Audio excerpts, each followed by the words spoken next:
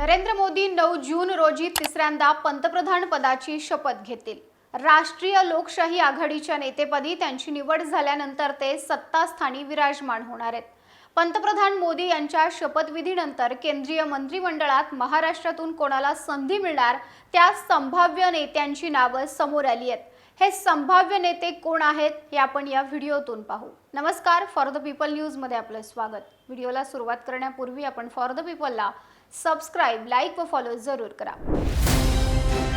भारत दुनिया का सबसे बड़ा लोकतंत्र और एनएलसी भारत देश का सबसे बड़ा गैर राजनीतिक मंच। शक्तिशाली लोकतंत्र के लिए राहुल कराट का सार्थक कदम। मुंबई में हुआ ऐतिहासिक प्रथम राष्ट्रीय विधायक सम्मेलन।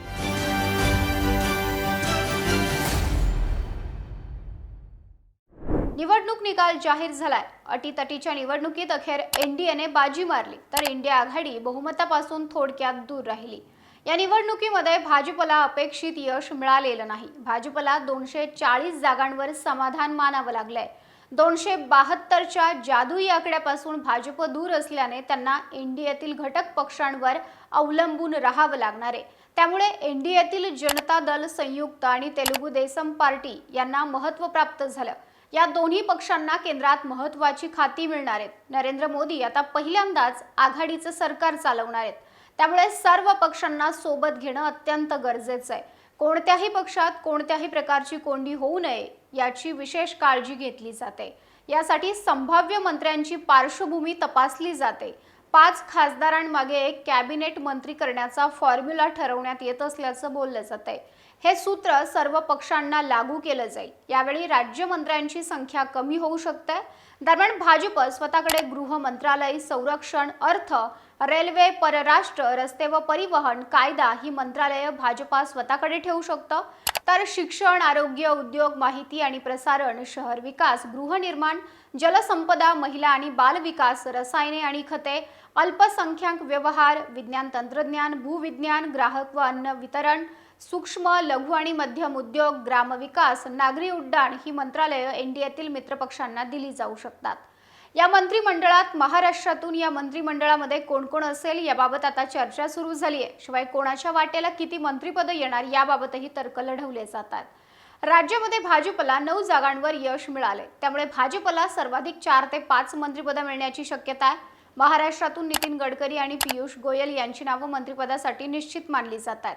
याशिवाय राज्यात मराठा आरक्षणामुळे भाजपला मोठा धक्का बसला। त्यामुळे मराठा नेत्यांना संधी दिली जाऊ शकते। यासाठी नारायण राणे आणि अशोक चव्हाण यांची नावे चर्चेत आहेत। याशिवाय उदयनराजे भोसले यांच्या नावाची देखील चर्चा आहे। महिलांमधून रक्षा खडसे, स्मिता वाघ यांना संधी मिळू शकते। तसंच बीडमधून पराभूत झालेल्या परंतु महाराष्ट्रातील राजकारणाच्या दृष्टिकोनातून महत्त्वाच्या असलेल्या पंकजा मुंडे यांना राज्यसभेवर घेऊन मंत्रिपद दिलं जाऊ शकतं, अशी ही राजकीय वर्तुळामध्ये चर्चा सुरू आहे। एकनाथ शिंदेंच्या वाट्याला 2 मंत्रिपद येण्याची शक्यता आहे, कारण शिवसेनेला भाजपच्या तुलनेत चांगलं यश मिळाले। त्यामुळे शिवसेनेच्या वाट्याला 2 मंत्रिपद येतील अशी चर्चा आहे। यात एक कॅबिनेट आणि एक राज्यमंत्रीपद असू शकतं। यासाठी प्रतापराव जाधव आणि श्रीरंग बारणे यांची नावे पुढे येतात, कारण हे दोन्ही खासदार वरिष्ठ आहेत। मुख्यमंत्री एकनाथ शिंदे यांचे पुत्र श्रीकांत शिंदे यांच्याही नावाची चर्चा आहे। तर अजित पवारांच्या राष्ट्रवादी काँग्रेसला लोकसभा निवडणुकीत फारसं यश मिळालं नाही। 4 पैकी फक्त एकाच जागेवर राष्ट्रवादीला यश मिळालंय। सुनील तटकरेंनी रायगडमधून विजय मिळवलाय, पण आगामी विधानसभा निवडणुकीच्या पार्श्वभूमीवर त्यांना देखील एक जागा दिली जाण्याची शक्यता आहे। यासाठी पक्षाचे ज्येष्ठ नेते प्रफुल्ल पटेल आणि सुनील तटकरे यांची नावे चर्चेत आहेत। परंतु यातही पटेल यांना दिल्लीत कामाचा जास्त अनुभव असल्याने आणि त्यांची दिल्लीत चांगली उठबस असल्याने त्यांना संधी दिली जाऊ शकते। आता तुम्हाला या संभाव्य नावांविषयी काय वाटतं ते आम्हाला कमेंट करून जरूर सांगा आणि फॉर द पीपलला सबस्क्राइब, लाईक व फॉलो करायला विसरू नका।